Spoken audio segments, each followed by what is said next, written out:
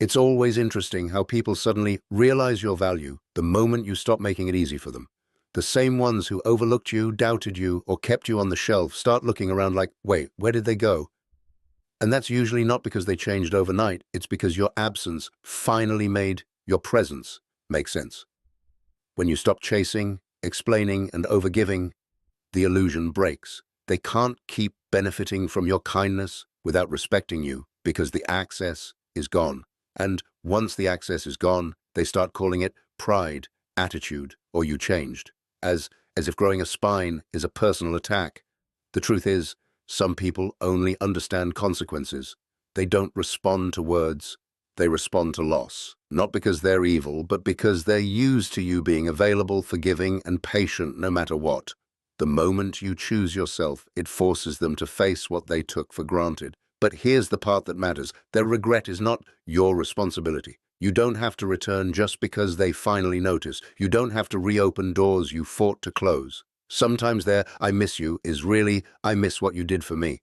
So if the city is searching for you now, let them search. You're not a missing person. You're a person who stopped being misplaced. And if they truly respect you, they'll meet you where you are now, not where they left you before. Soft life isn't escaping effort. It's choosing a life that doesn't require you to suffer just to feel worthy.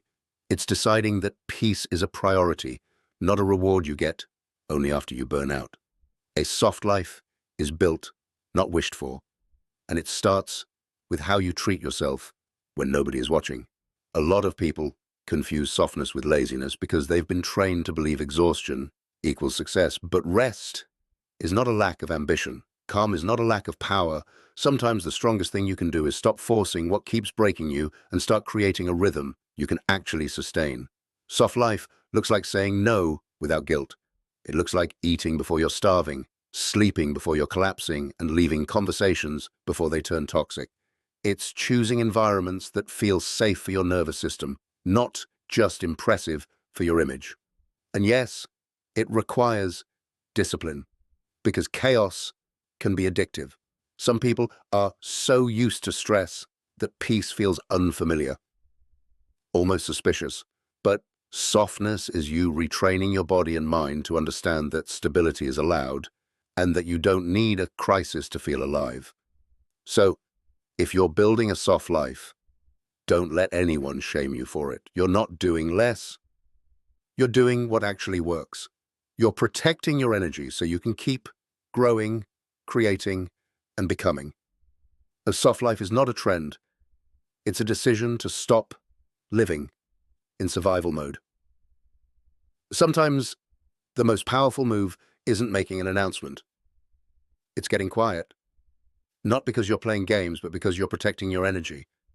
There's a difference between disappearing to punish people and disappearing to preserve yourself. And the second one can save your life in ways you don't understand at first. When you step back, you start seeing things clearly. You notice who only reaches out when they need something, who drains you with constant demands, and who respects your boundaries without making you feel guilty. Distance doesn't create problems. It reveals them. It shows you what's real when you're not performing for anyone. Disappearing can also mean removing yourself from constant access. Less posting, less explaining, less reacting. You stop giving people a front row seat to your process, because not everyone deserves updates on your healing. Some seasons require privacy, not publicity. And that's not weakness. That's wisdom.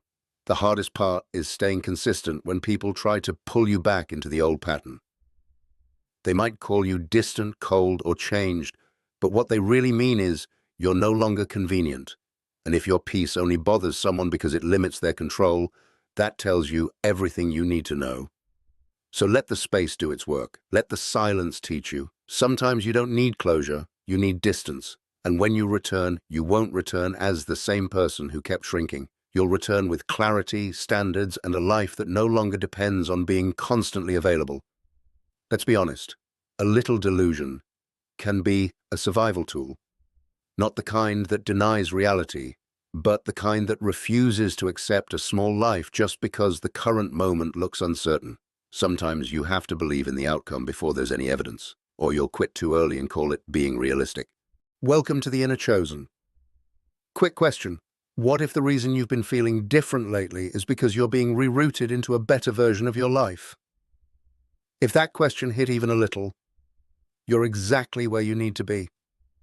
In this video, you're going to learn a lot about how to move like the chosen one, without chasing validation, how to protect your energy, and how to turn that pressure you've been feeling into power. So, take a breath, lock in, and stay with me. Because by the end of this, you won't just relate, you'll recognize yourself. You know that feeling like you're meant for something bigger, but nobody handed you the map? It can show up as restlessness, as impatience with your old habits, or as a quiet sense that the life you're living isn't the life you're supposed to stay in. That feeling isn't random. It's often the first sign that you've outgrown your current level. The call usually doesn't sound like confidence. Most of the time it sounds like discomfort. You start noticing what drains you, what feels fake, what you tolerate just to keep the peace. And the more you notice, the harder it becomes to ignore, because your spirit is basically saying, we can't keep doing this. At first, you might try to rationalize it. You'll tell yourself you're just tired or bored or overthinking. But the truth is, you're being invited into alignment. Your standards are rising, your awareness is sharpening, and your soul is asking you to take yourself more seriously. The hardest part is that the calling doesn't always come with clarity.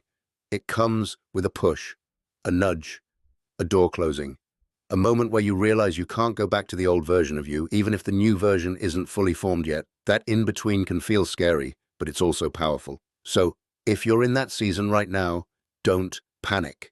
The confusion isn't proof you're lost. It's proof you're transitioning. Keep moving, keep listening, keep choosing what feels true. And sometimes, the calling is simply the moment you decide you're done living on autopilot. There are moments when you step outside and suddenly everything feels like a scene, like your life has background music and the camera is following you for character development. It's funny, but it's also real, because main character energy is often just you finally paying attention to your own life instead of watching everyone else's. When you start moving like the main character, you stop treating your time like it's cheap. You start dressing, speaking, and deciding with intention, not to impress people, but because you understand you're the one who has to live with your choices. It's not arrogance, it's ownership. A lot of people misunderstand it and think it's about being dramatic, but the healthiest version is quiet. It's walking away from what doesn't respect you. It's saying no without a long explanation. It's realizing you don't need to earn basic decency. You either receive it or you leave. And yes, sometimes it looks a little delusional from the outside, because you're acting like things will work out before you have the proof. You're setting standards before you have the title. You're choosing yourself before the world claps for you, but that's exactly how you build a life that matches your potential. So if you catch yourself romanticizing your day, making your routines feel sacred, and refusing to shrink for anyone, good. That's you returning to yourself. That's you taking the lead role in your own story, and it's about time. Healthy delusion is basically stubborn hope. It's waking up and acting like your future self is already real. It's applying for opportunities you don't feel ready for, speaking kindly to yourself even when you're not at your best, and moving with confidence while your fear is still in the room. People will call it crazy because they only respect results, not vision. They don't clap for the version of you that's building quietly. They clap when it's obvious. But your belief is what makes it obvious later. And the world follows proof, but you have to follow purpose. Delusion also protects you from the voices that try to shrink you, your past, your doubts, and sometimes your environment. It helps you keep your eyes on what's possible instead of what's familiar. And for someone trying to change their life, familiar is often the biggest trap. So, if you need to be a little delusional to stay consistent, do it. Be delusional about your healing. Be delusional about your growth. Be delusional about the life you're building. Because if the choice is between faith and self-sabotage, choose faith with your whole chest. Some people say, I'm fine, so smoothly it sounds like a reflex. But what they really mean is, I don't know how to ask for help without feeling like a burden. The words come out automatic, because somewhere along the way, you learned that being low maintenance keeps you safe, and needing support makes things complicated. The I'm fine lie usually shows up when you've been the strong one for too long. You become the person everyone leans on, the one who holds it together, the one who doesn't fall apart in public. And eventually, you start confusing being dependable with being okay, even when your body is begging you to slow down. What makes it worse is that you can still function while you're not okay. You can reply to texts, go to work, make jokes, look normal, and still feel exhausted on the inside. And because you're still handling it, people assume you don't need care.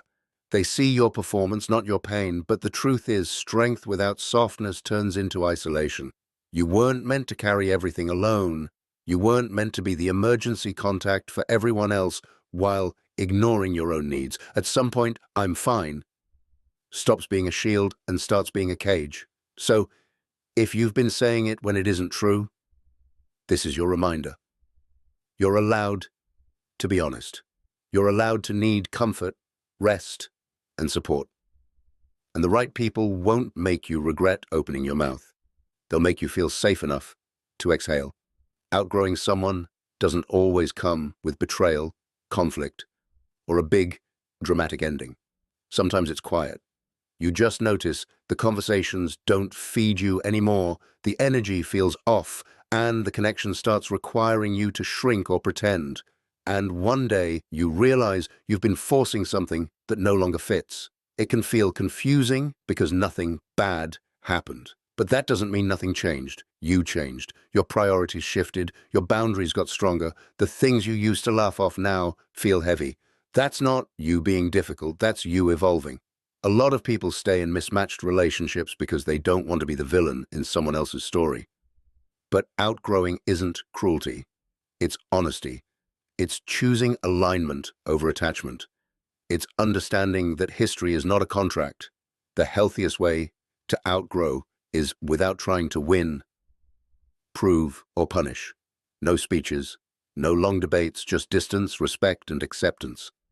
You stop trying to be understood by someone committed to misunderstanding you, and you let the separation be peaceful instead of loud. And if you're grieving it, that's normal. Even goodbyes without chaos can hurt, but sometimes the kindest thing you can do for both of you is to let the connection end with dignity. Not everything is meant to be forever, and that doesn't make it meaningless. Before you go, I want you to do one simple thing. Choose one word that best represents what this video unlocked in you, something tied to your inner chosen journey. It can be alignment, boundaries, peace, clarity, power, healing, or your own word. Now, write that word down somewhere real, notes app, journal, paper, because you're not just watching this, you're becoming it. And if this video helped you, support it so it reaches more people. Tap YouTube's new hype feature on this video and give it your boost. It takes a second, but it tells the algorithm, push this to more inner chosen ones. Drop your one word in the comments too. I want to see what you chose.